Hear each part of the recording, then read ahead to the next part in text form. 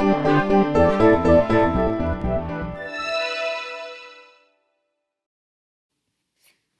everyone, this is Olivia Fountain and I am the Lunder Leland Curatorial Fellow at the Colby Museum. For today's installment of Art and Conversation, I will be talking about the SEED-O-MATIC, a vending machine that sells seeds and the soil needed to grow them.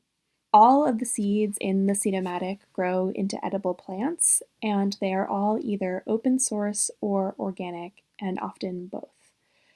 The work was made by the artists Emma Conley and Hallie Roberts in 2013 when they were both MFA students at the Pacific Northwest College of Art in Portland, Oregon. Conley and Roberts, along with the artist Zach Denfield, now run an organization known as the Center for Genomic Gastronomy, an artist-led think tank whose mission is to map food controversies, prototype alternative culinary futures, and to imagine a more just, biodiverse, and beautiful food system. The artists refer to the SEED-O-MATIC as the world's slowest vending machine. On its surface, it's a play on the fast food you would find in a typical vending machine. While the seeds for sale will yield a snack, it will take 2 or 3 months before your food is ready. But it's not just a pun. The SEED-O-MATIC, by supplying a basic unit of food rather than a finished meal, asks us to play an active role in cultivating what we eat. In order to engage with the work, you must consider and take ownership of your relationship to food. Nurturing kale or mustard greens or cherry tomatoes from seed to harvestable plant raises inevitable questions about how much effort goes into cultivating each fruit or vegetable we eat, and makes visible and tangible the efforts of the farmers and laborers who produce our produce.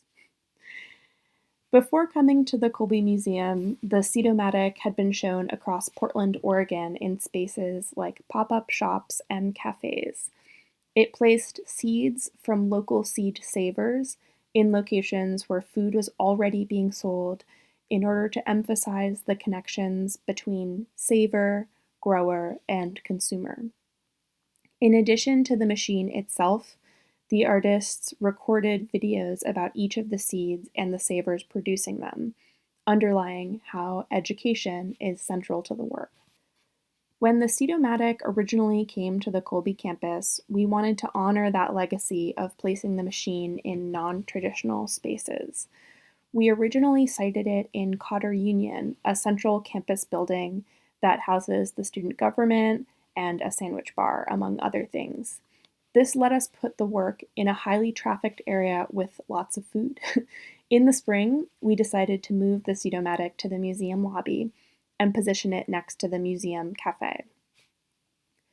Instead of working directly with nearby seed savers, we turned to another set of local seed experts, worker owners at the cooperative Fedco Seeds, located in nearby Clinton, Maine.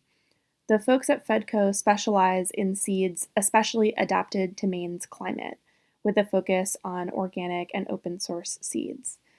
In keeping with the practice of creating educational videos about the project, we recorded 2 clips featuring our partners from Fedco discussing individual seeds stocked by the machine and the open source seed initiative. Those videos will be linked alongside this video for your viewing pleasure. Working with the seed business also gave us a more direct connection to the seed industry, which is a fascinating and complicated system that the SEED-O-MATIC can help us understand better. Today, 60% of the world's seed sales are controlled by 4 major companies. One of those 4 is Bayer, which bought the seed giant Monsanto in 2018. When a farmer buys seed from a business owned by Bayer, they can typically also buy fertilizer, pesticide, and fungicide calibrated to that specific seed. These seeds and their components together will yield crops that are uniform in size, shape, and taste. Selling these components together is incredibly lucrative, but has helped speed harmful agricultural trends. One example is the rise of monocultures, or the cultivation of a single crop in one area. Monocultures affect the agricultural biodiversity of a region and weakens already fragile ecosystems. Bundling these products, so seed, fungicide, herbicide, etc., together also means that there is little incentive for large companies to invest in research and development of organic seeds, which are meant to be grown without pesticides. Pesticides are a particularly lucrative part of the seed package, and so there is no reason to put time and resources into this research. Another part of the changing seed landscape is the hybrid, a seed produced through intentional cross-pollination of two different varieties to create an offspring with the desirable traits of both. Hybrid breeders select for things like flavor, pest resistance, resistant to different types of pesticide, or hardiness in different environments. The first hybrid corn became commercially available in the 1920s, and since then, many farmers have come to depend on hybrid seeds for increased reliability. Hybrid seeds have been incredibly important, and many breeders today are producing exciting, flavorful hybrid seeds. But the seeds from hybrid plants will not be uniform, so they can't be grown for more than one generation, meaning that farmers who buy hybrid seeds need to continue going back to their supplier year after year. The Center for Genomic Gastronomy is not against hybrid seeds. They actually released an issue of their journal, Food Freaking, dedicated to the world of hybrids just this year. But the rise of the hybrid did lead to increased privatization in the seed market, which has had a profound effect on farmers and growers worldwide. Starting in the 1980s, it became legal to patent living organisms, and companies could claim genetically engineered hybrid seeds as inventions. As of 2001, it is possible to patent specific traits of a seed, like how sweet a cherry tomato is or a specific level of whiteness in a head of cauliflower. These patents make it difficult for independent breeders to experiment and create new varieties that are uniquely adapted to an environment or fit a specific flavor profile. When a breeder creates something too similar to a patented trait, they can be sued by the company holding the patent.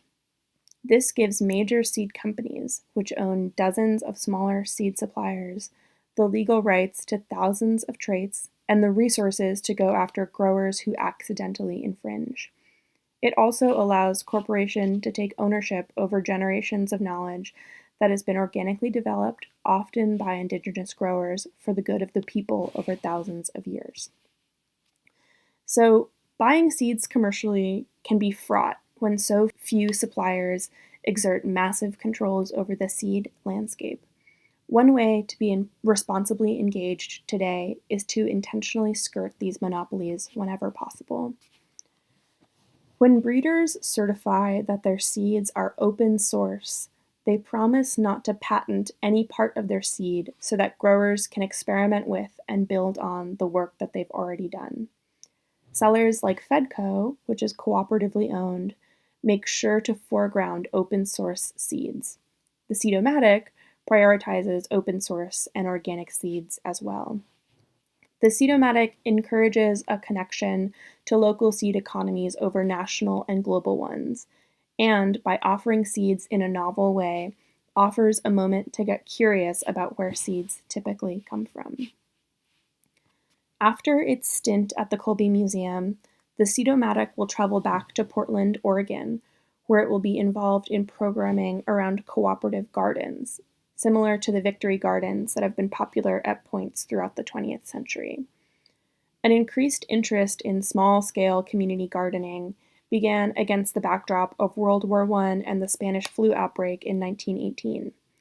Victory Gardens became wildly popular again during World War II, where in the early 40s, home, school, and community gardens produced nearly 40% of the country's fresh vegetables.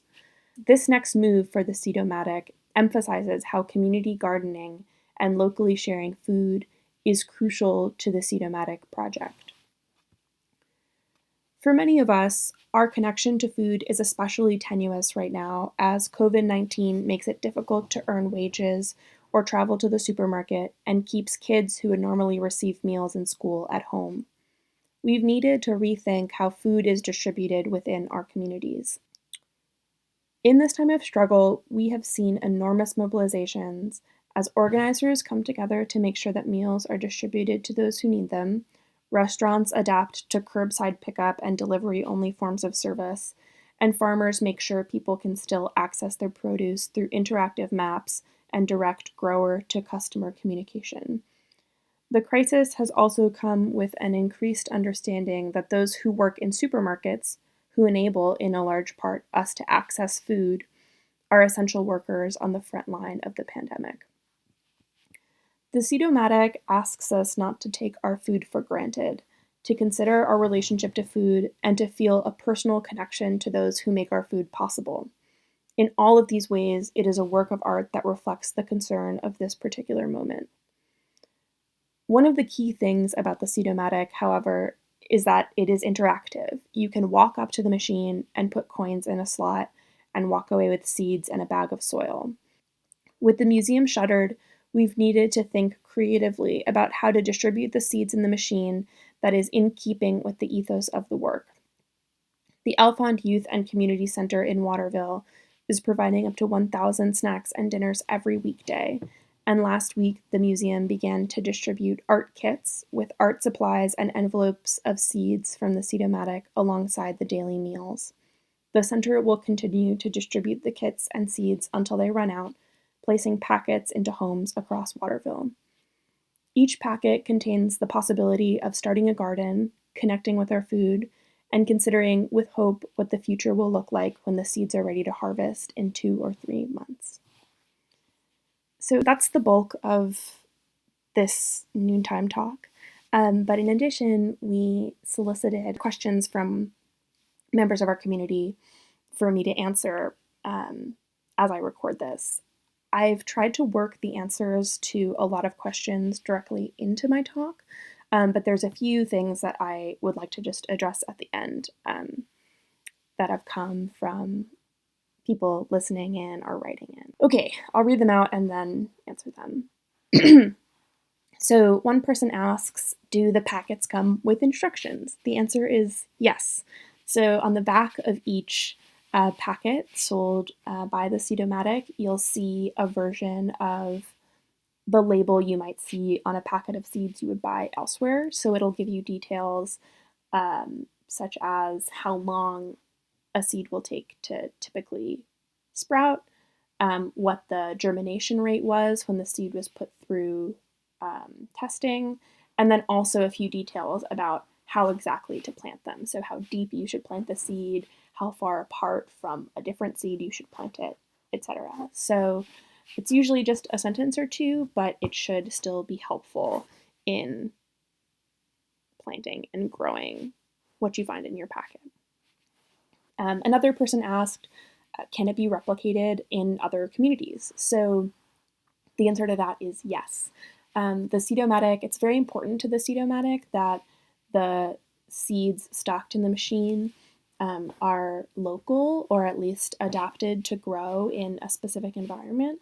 And so to place the SEED-O-MATIC in any other location would mean that it would need to be filled with local seeds. As long as that is satisfied, it is totally reasonable to imagine it somewhere else, or to imagine a bunch of SEED-O-MATICs across the country stocking seeds that are uniquely adapted to individual ecosystems. Okay, those are the 2 questions that didn't make it into my talk. If you have any more questions, please feel free to reach out. I would be so happy to talk about this work more. I think it's really incredible, and it's been really interesting to see actually how it takes on a new resonance right now as we think more about food and where our food comes from. Okay, thanks so much. Bye.